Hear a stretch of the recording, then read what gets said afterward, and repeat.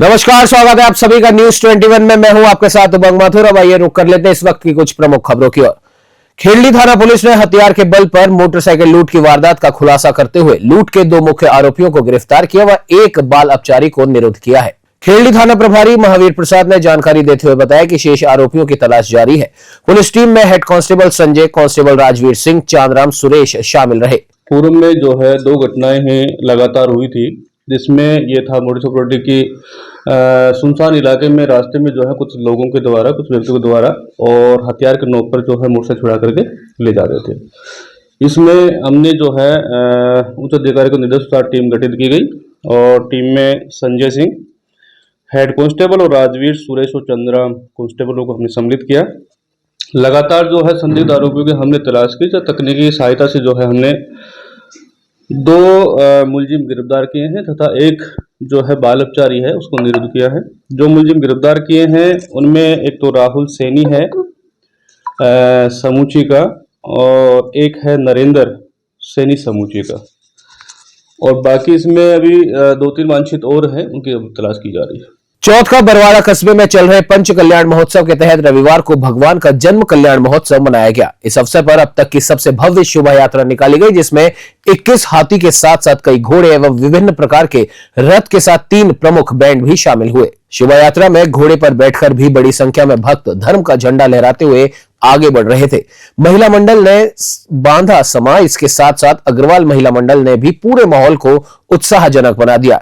एक dress code के साथ सभी अनुशासित होकर भजनों पर झूमते हुए नजर आए। इसके साथ साथ युवाओं की टोली भी एक ही ड्रेस कोड के साथ भगवान के गीतों पर बिना कोई परवाह किए भक्ति के रंग में रंगे हुए नजर आए। प्रमुख मार्गों से निकली शोभा यात्रा, आपको बता दें कि जगह जगह शोभा यात्रा का पुष्प वर्षा द्वारा स्वागत किया गया। क्या कुछ है इसमें आयोजन में?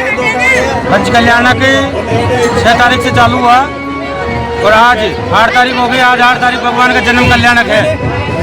पहले 5 भगवान के 5 कल्याणक होते हैं, गर्भ कल्याणक, जन्म कल्याणक, आज जन्म कल्याण प्रभु का, और अब तक कल्याण, ज्ञान कल्याण, लास्ट में मोक्ष कल्याणक रहेगा। आज इस जुलूस मोक्ष जन्म कल्याण के जुलूस में भगवान का सुबह 7:30 बजे जन्म हुआ। उसके बाद में जन्माभिषेक का जो ये रथियों पे इंद्रों के शोभा यात्रा 20 हाथी, 5 बैंड, 5 बाकी, 5 घोड़ों के साथ बड़ी जुलूस यात्रा भव्य। गंगापुर सिटी जिले के टोडा भीम से एक बड़ी खबर सामने आई। आपको बता दें कि ग्राम पंचायत पहाड़ी के गांव तुमापुरा में पैंथर का मूवमेंट नजर आया। प्रसिद्ध आस्थाधाम कुटिला बालाजी के मंदिर के सामने भी 15 दिन पहले पैंथर का मूवमेंट देखा गया था। बता दें कि बीते 15 दिन से कई गांवों के समीप पैंथर का मूवमेंट देखा जा रहा है। 10 दिन पहले इसी जगह पर कैमरे में पैंथर दिखा था। आज सुबह भी सीसीटीवी कैमरे में पैंथर का मूवमेंट कैद हुआ। 3 दिन से नागल शेरपुर गांव के खेतों में भी पैंथर का मूवमेंट देखा गया। तो वहीं बालाघाट थाना पुलिस व वन विभाग की टीम सर्च अभियान लगातार चला रही है। सरपंच संघ के अध्यक्ष राकेश मीणा ने किसानों व आमजन से सतर्क रहने की अपील की है। देश में आर्थिक समूह के संगठन स्वदेशी जागरण मंच ने भारत में घटती हुई टोटल फर्टिलिटी रेट यानी कि शुद्ध प्रजनन दर पर चिंता व्यक्त की है। आपको बता दें, स्वावलंबन केंद्र करणी नगर जोधपुर में आयोजित प्रेस कॉन्फ्रेंस में भूमिका रखते हुए स्वदेशी जागरण मंच का प्रांत सह प्रचार प्रमुख राधेश्याम मंसल ने कहा कि किसी भी देश की टोटल फर्टिलिटी रेट यानी कि शुद्ध प्रजनन दर वो दर होती है जिस दर से एक महिला अपने जीवन में औसत बच्चों को जन्म देती है। सन 1960 में जहां यह टोटल फर्टिलिटी रेट 6 तथा 1964 में 4 के आसपास थी। देश में टोटल फर्टिलिटी रेट TFR कम हो रही है, वो हमारे देश के विकास और परिवार को सुदृढ़ बनाए रखने के लिए भविष्य का बड़ा खतरा है। वर्तमान में भारत की TFR रेट 2.1 से भी नीचे चली गई है, 1.9 के आसपास आ गई, और 1.9 पर TFR आने से परिवार समाप्त जैसे हो रहे हैं, और परिवार समाप्त होने से देश का आर्थिक विकास तो रुकेगा ही, परिवारों के रिश्ते भी खत्म हो जाएंगे। मामा, बुआ, फूफा, मौसा, हमारा संयुक्त परिवार का एक बहुत बड़ा माध्यम रहा है, वो भी अपने आप में नहीं बचेगा, क्योंकि हम दो हमारे दो का नारा चला, अब वो धीरे धीरे सिमट करके केवल परिवार में एक बच्चे तक आ गया है। इसलिए बुआ, मौसा, चाचा ये उसके लिए कहीं है ही नहीं। ऐसी स्थितियों को देखते हुए और भविष्य में भारत युवा बना रहे, भारत अपनी ऊंचाइयों को प्राप्त करे, तभी संभव है जब हमारा यूथ होगा, हमारा ह्यूमन रिसोर्स अवेलेबल होगा। इसलिए 2 या 3 बच्चे देश और परिवार को रखते अच्छे, इस विषय को लेकर के पूरे समाज को चिंतन करना पड़ेगा, पूरे समाज को रिहेबिलिटेशन करना पड़ेगा। आने वाले समय में परिवार में 2 या 3 बच्चे हों, इस बात के लिए हमें आगे बढ़ना पड़ेगा। तभी हम हमारे माँ बाप का वृद्धाश्रम खुलने की बजाय परिवार में ही देखरेख संचालन कर पाएंगे। हमारी जो जीडीपी रेट है वो ज्यादा हाथ होंगे, ज्यादा काम होगा, तभी देश विकसित होगा। इसलिए पुनः एक बार 2 या 3 बच्चे देश एवं घर को रखते अच्छे, इस विषय को लेकर के हमें चिंतन करना चाहिए। डॉक्टर धर्मेंद्र दुबे, अखिल भारतीय प्रचार प्रमुख, स्वदेशी जागरण मंच। लोकसभा स्पीकर ओम बिरला का भगवान देवनारायण जन्मस्थली मालासेरी डूंगरी का दौरा रहा। आपको बता दें कि हेलीकॉप्टर के माध्यम से लोकसभा स्पीकर मालासेरी डूंगरी पहुंचे, जहां पर हेलीपैड पर भीलवाड़ा जिला कलेक्टर नमित मेहता, पुलिस अधीक्षक धर्मेंद्र यादव, गृह राज्य मंत्री जवाहर सिंह बेड़म, केंद्रीय कृषि मंत्री भागीरथ चौधरी, मालासेरी मंदिर मुख्य पुजारी हेमराज पोसवाल, विधायक जबर सिंह सांखला, नगरपालिका अध्यक्ष देवीलाल साहू सहित प्रबुद्ध जनों ने लोकसभा स्पीकर को गुलदस्ता भेंट कर उनका स्वागत व अभिनंदन किया। तो वहीं पुलिस के जवानों के द्वारा लोकसभा अध्यक्ष ओम बिरला को गार्ड ऑफ ऑनर भी दिया गया। हेलीपैड पर स्थित जनप्रतिनिधियों ने लोकसभा स्पीकर ओम बिरला का अभिवादन किया। तत्पश्चात लोकसभा अध्यक्ष ओम बिरला भगवान देवनारायण के मंदिर दर्शन हेतु पहुंचे, जहां पर भगवान देवनारायण के दर्शन कर उनका आशीर्वाद प्राप्त किया। तो वही मंदिर परिसर में बनी यज्ञशाला में चल रहे यज्ञ हवन में आहुतियां प्रदान की एवं पैनोरमा का अवलोकन किया। राजस्थान में हो रहे प्रदेश के सबसे बड़े event rising Rajasthan global investment summit का आज प्रधानमंत्री नरेंद्र मोदी ने उद्घाटन किया। जयपुर के सीतापुरा स्थित जेईसीसी में आयोजित होने वाले कुबेरों के महाकुंभ में देश दुनिया के नामी उद्योगपति और नामचीन हस्तियां राजधानी जयपुर पहुंच चुकी है। तो वही ड्यूश बैंक के वाइस प्रेसिडेंट पंकज ओझा भी इन्वेस्टमेंट समिट में बतौर स्टेट गेस्ट शामिल होने जयपुर पहुंचे। ओझा ने जयपुर पहुंचने से पहले कानोता फोर्ट को निहारा और आपको साथ ही साथ यह भी बता दें कि राजस्थान स्थापत्य कला को उन्होंने बेमिसाल बताया। इस दौरान ड्यूश बैंक के वाइस प्रेसिडेंट ने 1 साल में ही राइजिंग राजस्थान जैसे बड़े आयोजन के लिए मुख्यमंत्री भजनलाल शर्मा की जमकर तारीफ की। बीकानेर मूल के पंकज ओझा राइजिंग राजस्थान थीम पर पूर्व सरपंच कमलेश कुमार द्वारा कंपोज किए गए सॉन्ग को भी उन्होंने सुना।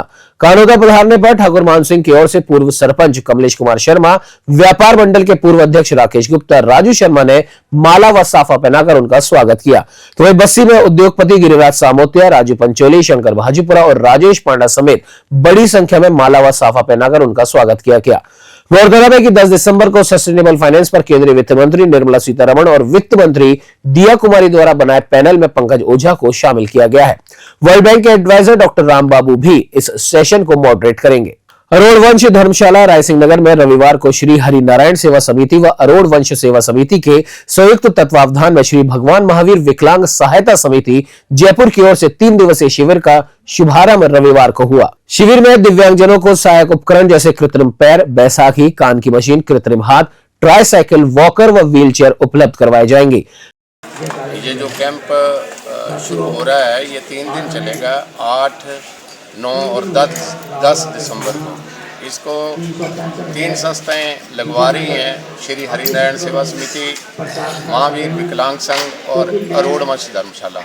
तो हमें बड़ी खुशी हो रही है कि हमारी मंडी को ये कैंप मिला है और हमारे जितने इस एरिए के विकलांग लोग हैं उनको इनका लाभ मिलेगा।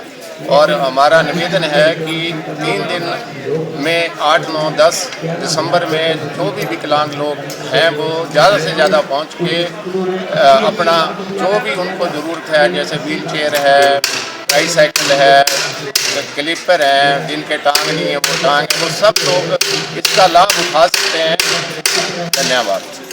बढ़ते अगली खबर की ओर। आपको बता दें, खबर हनुमानगढ़ से है, जहां 4 सूत्रीय मांगों को लेकर पीलीबंगा उपखंड क्षेत्र की ग्राम पंचायत पंडितावली के चक 37 एनडीआर के ग्रामीणों का आमरण अनशन 6ठे दिन भी जारी रहा। आमरण अनशन पर बैठे ग्रामीणों द्वारा जिला प्रशासन द्वारा इस संबंध में कोई ध्यान न देने के चलते ग्रामीणों द्वारा जिला कलेक्टर की शव यात्रा निकालकर जिला कलेक्टर का पुतला दहन किया गया। ग्रामीणों ने बताया कि हम 6 दिन से आमरण अनशन पर बैठे हैं, लेकिन प्रशासन के कानों तक जू नहीं रहेंगी। अगर प्रशासन द्वारा हमारी मांगे नहीं मानी जाती है तो 11 दिसंबर को उपखंड कार्यालय पीलीबंगा का घेराव किया जाएगा। मामला ये है कि आज 9 दिन हो गया धरना प्रदर्शन करते हुए और पिछले 6 दिनों से आमरण अनशन चल रहा है, लेकिन हमारी जो 4 सूत्रीय मांगे हैं वो उन पे अभी तक प्रशासन की तरफ से कोई कार्रवाई नहीं की गई है। और हम इस मामले को उजागर करने के लिए आज कलेक्टर साहब का जो शव यात्रा निकाल करके और उनका पुतला दहन किया। आगे आपकी क्या मांगे ये है कि हमारी जो 4 सूत्रीय मांगे है उनका जल्द से जल्द निस्तारण हो और जो विधि विरुद्ध कार्य हुए हैं जैसे सरपंच ने जो पट्टा काटा है उनके पट्टे को निष्ठ हो और उनके खिलाफ कानूनी कार्रवाई हो। ग्राम पंचायत कोलताबाड़ी के 37 इंडियार के अंदर सरकारी भूखंडों पर अवैध तरीके से अतिक्रमण करने की मांग को लेकर 10 दिनों से हमारा धरना जारी है और 7 दिन हो गए भूख हड़ताल पे बैठे हमारे क्रांतिकारी साथी। हनुमानगढ़ जिले का प्रशासन इतना निकम्मा हो गया है कि उनके काम तक जू तक नहीं रेंगी है। हमारे साथियों की 2 दिनों से बहुत ज्यादा तबीयत खराब है और एसडीएम और तहसीलदार लिपापोती कर रहे हैं। आज जिला कलेक्टर हनुमानगढ़ कान्हा राम जी का शोभा यात्रा निकाली है और साथ में उनका पुतला दहन किया है। अगर इन मांगों पर हमारी सहमति नहीं बनती है तो 11 तारीख 12 महीने 2024 को एसडीएम कार्यालय का घेराव किया जाएगा, जिसकी तमाम जिम्मेवारी पुलिस प्रशासन की रहेगी। मैं इकबाल खान, भीम आर्मी संभाग प्रभारी, बीकानेर। जय भीम। सवाईमाधोपुर के कोतवाली थाना क्षेत्र में अवैध बजरी खनन अपने चरम पर है। पुलिस प्रशासन की उदासीनता के चलते बजरी माफिया के हौसले बुलंद हैं। आपको बता दें कि इस जिले के housing board, circuit house road, Jinapur road, Shyam Vatika में अवैध बजरी का कारोबार फल फूल रहा है। सुबह 4 बजे से ही अवैध बजरी की ट्रॉली फुल स्पीड से सड़कों पर दौड़ने लगती है, जिससे कभी भी कोई बड़ी सड़क दुर्घटना हो सकती है। बेलगाम अनियंत्रित अवैध बजरी की ट्रॉलियां किसी बड़ी दुर्घटना को न्योता दे रही है। अगर पुलिस प्रशासन कार्रवाई करे तो इन पर लगाम लग सकती है, लेकिन जब दूध की रखवाली बिल्ली ही कर रही हो तो फिर आगे आप समझ सकते हैं कि क्या ही होगा। खबर हनुमानगढ़ जिले से है, जहां उपराष्ट्रीय पल्स पोलियो टीकाकरण अभियान के पहले दिन रविवार को 5 वर्ष तक की आयु के बच्चों को पोलियो की दवा पिलाई गई। बता दें कि सोमवार व मंगलवार को हाई रिस्क एरिया में पोलियो की दवा पिलाई जाएगी। सीएमएचओ डॉक्टर नवनीत शर्मा ने कहा कि 1210 से अधिक बूथों पर पोलियो रोधी दवा पिलाई गई। उन्होंने बताया कि आज 1,76,607 बच्चों को पोलियो की दवा पिलाई गई। जिले में 70.03% बच्चों ने पोलियो की दवा पी। इस मौके पर एएनएम सुमन कटारिया, विमला सुमन सहित आंगनबाड़ी कार्यकर्ता और सहायिका मौजूद रहीं। फिलहाल के लिए समाचारों में बस इतना ही। अपडेट रहने के लिए बने रहिए हमारे साथ और देखते रहिए News 21। नमस्कार।